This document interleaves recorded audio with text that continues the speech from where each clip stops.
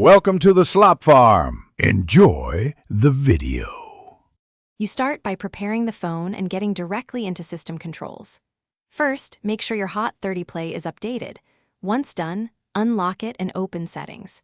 You need to access apps or app management right away because you will enable permissions per app. Tap the app you want to float, then look for floating window, pop-up, or display over other apps.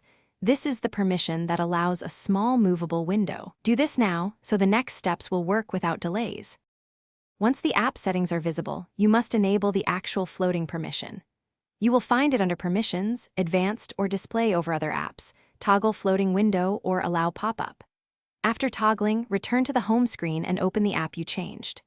To launch the floating window, use the Recents menu, App Icon menu, or the split/float gesture depending on XOS version.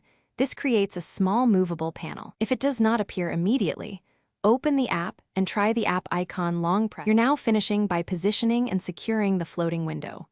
Drag it where you want. Some apps allow resizing by dragging corners.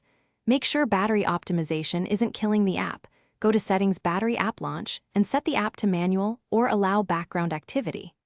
If the float still fails, go to Settings, Special Access Display over other apps, and verify the app is listed and allowed.